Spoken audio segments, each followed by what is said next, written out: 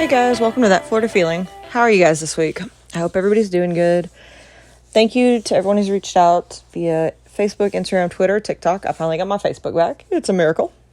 But thanks for interacting, guys. You guys are awesome. Don't forget to like, subscribe, follow so that you don't miss out on any episodes. Also, if you have a second, I really would appreciate a review. Thank you guys. It just helps get the podcast out to other people. So what did you guys think about learning about a little bit of Florida history? I really didn't realize that Miami had bad riots until I was doing that episode, and I was just completely, I don't know, I can't say I'm shocked, but at the same time, I didn't think that Miami got that bad. At least it didn't involve drugs. I hope you guys liked it. Today I'm going to do another historical episode, and today I really wanted to talk to you guys about old Florida. And sometimes I feel it's good to, we talk about all these cool topics on Florida and the podcast, but sometimes we need to go back and we need to talk about old Florida. We need to remember where Florida came from. And so today we're going to talk about, really, really old Florida.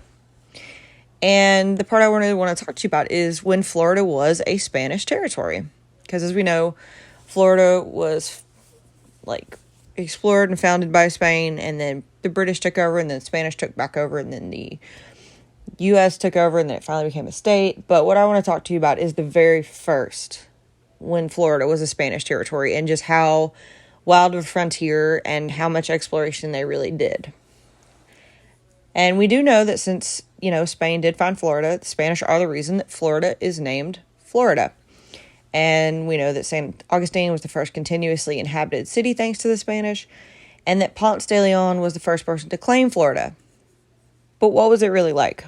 Florida was discovered and claimed by Spain during the European Age of Discovery, and La Florida was the first major European claim and attempted settlement in North America. La Florida formed part of the Captaincy General of Cuba, the Viceroyalty of New Spain, and the Spanish Empire during the Spanish colonization of the Americas. They couldn't just say it was a territory? Okay. But the territory was much bigger than present-day Florida, as Ponce de Leon kind of wondered what is today, the South. He kind of wandered way past Florida's, borders of today, and he ended up towards the Mississippi River, and he really did the exploration part of the New World. So Spanish Florida was officially established in 1513 when Juan Ponce de Leon claimed peninsular Florida for Spain during the first official European expedition to North America. The claim was also enlarged as other explorers, such as Panfilo Narvaez and Hernando de Soto, came to the Tampa area in the mid-1500s, and they continued to explore the area. They actually made it as far as the Appalachian Mountains to the north and Texas to the west. And of course, their main reason for coming was to search for gold. Ponce de Leon had come from Puerto Rico to search for land north of Cuba, and when he spotted the coast of Florida on April 2nd, he gave it the name La Florida because it was the season of Pascua Florida, or Flowery Easter. And of course, when he saw it, he continued to sail. He sailed to the Keys and around the coast. He documented interactions with the Native Americans and noted that the people were actually mostly hostile. In all reality, he probably encountered the Timucua, the Tequesta, and the Calusa tribes, and it was noted that they knew a few Castilian words, which is the Spanish from Spain, their language, their vocabulary. It was Castilian. And so it kind of seems like, since they knew a couple of those words, that they had probably been there before. Or someone had been there before. It's a possibility, right? Who knows where people ended up actually sailing. The legend is that Ponce de Leon was looking for land and the Fountain of Youth when he discovered Florida. But it's probably not likely the truth. De Leon wasn't even mentioned for looking for the fountain until much after his death. And in all honesty, he was still probably just looking for land and gold. Ponce de Leon did try to colonize a part of Florida near what is present-day Port Charlotte. He had 200 men establish a colony in South Florida, but after numerous attacks from the native Calusa, he gave up. They left around 1521 to go back to Havana, and Ponce was actually wounded on his thigh during this last attack with the Calusa, and he actually ended up dying from that injury as he tried to settle Florida. Now, in 1527, Narvaez left from Spain to try for another expedition of the Gulf of Mexico to see what lay between existing settlements of Mexico and Florida. He actually landed near what is also present-day Tampa. And of course, they were low on supplies, so they took Indians as hostage to have them lead them to their villages where they could find supplies. And this is actually where they were introduced to corn. They continued to seize Indians as guides and explore up near the Swanee River. And it's actually written that Indian guides purposely took them through the toughest terrain in circles just to mess them up. I mean, I'd probably do the same thing if you had taken me as a hostage. Narvaez finally gave up as they were led back to the coast and under constant Indian attacks. So they gave up and they attempted to sail to Mexico, only to be wrecked in Texas. Now, Hernando de Soto is another name that's well known for exploring Florida, and he had been on expeditions before and was actually a lieutenant in the conquest of the Incan empires years earlier. He had been appointed to governor of Cuba and sent to conquer Florida from the natives. De Soto landed near Tampa on May 30th, 1539, and found Juan Ortiz, who was actually from the first guy, the Narvaez, his expedition. He had been captured by the natives almost a decade earlier, and De Soto found him still alive. And Ortiz actually passed on to De Soto the Indian report of riches that could be found in the Appalachia. So what did De Soto do? He set off on a route inland that was different from Narvaez, and he also encountered extremely hostile natives. They probably remembered the earlier encounters with the Spanish and did not want to do that again. Can't say I blame them. De Soto also took natives as hostages to serve as his guide for the area, and of course they wandered him through every place possible. He never found much gold and actually died in North America, somewhere down the Mississippi River. So Spain eventually realized that they were not going to find gold or riches in Florida, and now they realized that Florida was in an actually really good strategic spot, especially for their new empire. It was useful as it sat near their Mexican and Caribbean territories. In 1559, Tristan de Luna left Mexico to establish a settlement in Florida, and Pensacola was the first official settlement in Florida in 1559 by Tristan de Luna at Pensacola Bay. Unfortunately, though, it's short-lived. They abandoned the settlement about 2 years after they founded it. And the settlement actually had about 1,500 people that had come from Veracruz, Mexico, and was the first multi-year settlement in the territory. So because it did survive 2 years, it was like a new record for them. Now, the settlement didn't last long, though, because hurricanes quickly destroyed the settlement.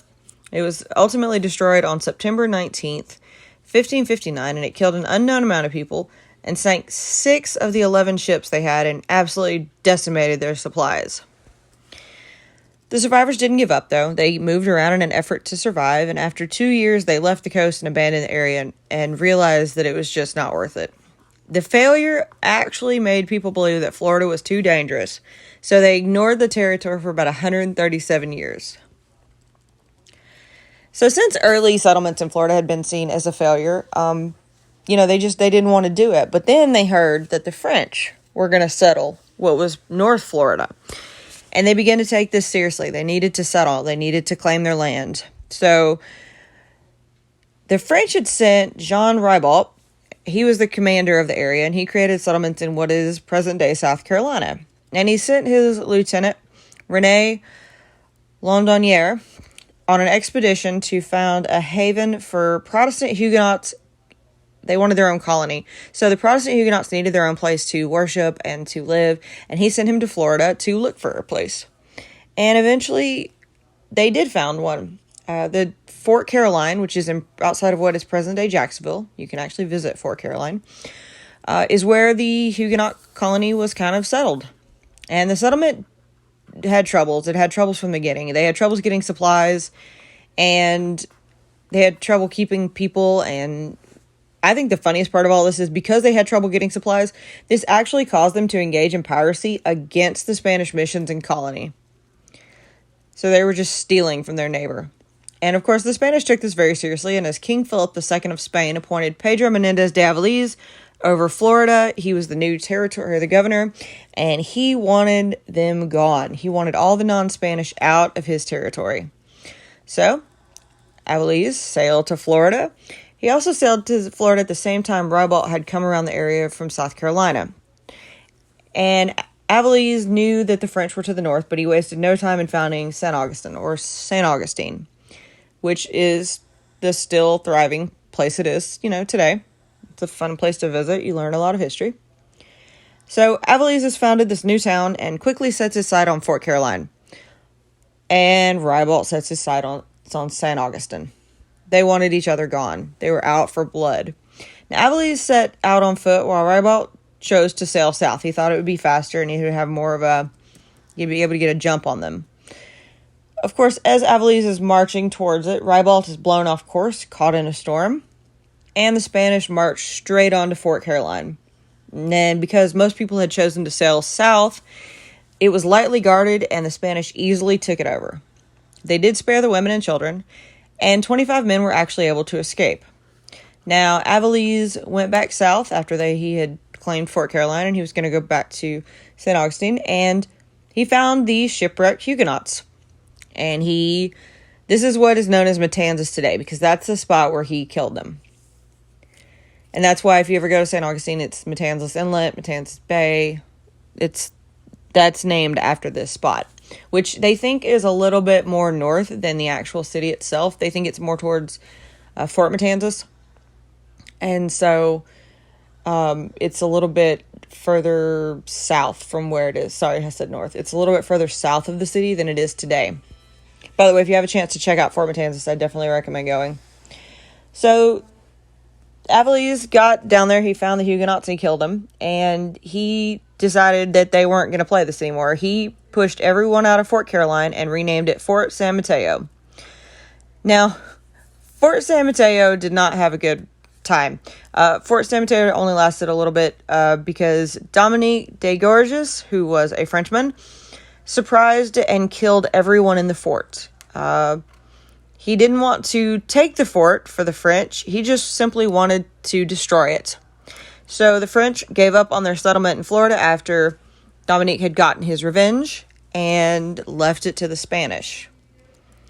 Now, Florida was considered a backwater colony, which means it wasn't a destination to be taken seriously. People could hide there or even make a new life there.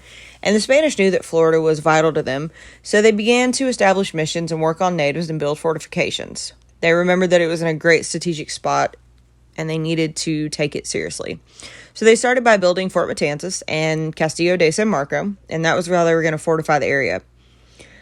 St. Augustine itself became a haven to free black slaves, and soon Fort Moose was established. Moose, I've never known how to say that, and I lived there. The fort was established and guarded by free black militiamen and their families. This also kind of served as a buffer between the British colonies and the Spanish. And of course, the British is to the north, and the Spanish was in their colony. Fort Moose is actually a little bit north of Castillo de San Marco, so that was kind of their buffer. Now, the Spanish liked to search for gold, claim land, and spread religion. And of course, Florida was no different, except they didn't find the gold. They just claimed the land. They immediately began to set out to establish missions and missionaries, and they wanted to convert the entire land. And the first was actually before St. Augustine was established in forgotten Pensacola. In 1549, Father Louis de it says Cancer. I don't think I'm saying it right, but Father Louis de Cancer and 3 others attempted the first sole missionary expedition in Florida. They set out to convert the natives, and they were stopped a short 6 weeks later thanks to the brutal martyrdom of Father Louis at the hands of the Tocobaga. The brutal death actually sent shockwaves through the missionaries and the mission community in New Spain for years. And the Spanish weren't the only ones trying to set up missionaries at this time. The Jesuits also had established missions to the Native Americans in Florida from 1567 to 1572. They also ultimately gave up due to hostility from the Native Americans in the area. The Franciscans, they were the ones that actually succeeded. They eventually set up missions to the Timucua and Apalachee tribes, and they did encounter hostility, but they persisted. They continued to do mission work and to work with the natives. Now, the Spanish knew that they would have to establish peace with these tribes if they were going to succeed, because, the entire time they've been met with hostility, and there's probably no secret why. Pedro de Ibarra was a Spanish governor, and he worked to establish peace with the Native Americans just south of St. Augustine. They were super successful. They even sent an expedition south to map the area. Everybody got along. They had a trade. And it worked. Although they did try the Appalachian tribe, which is kind of to the west, north, and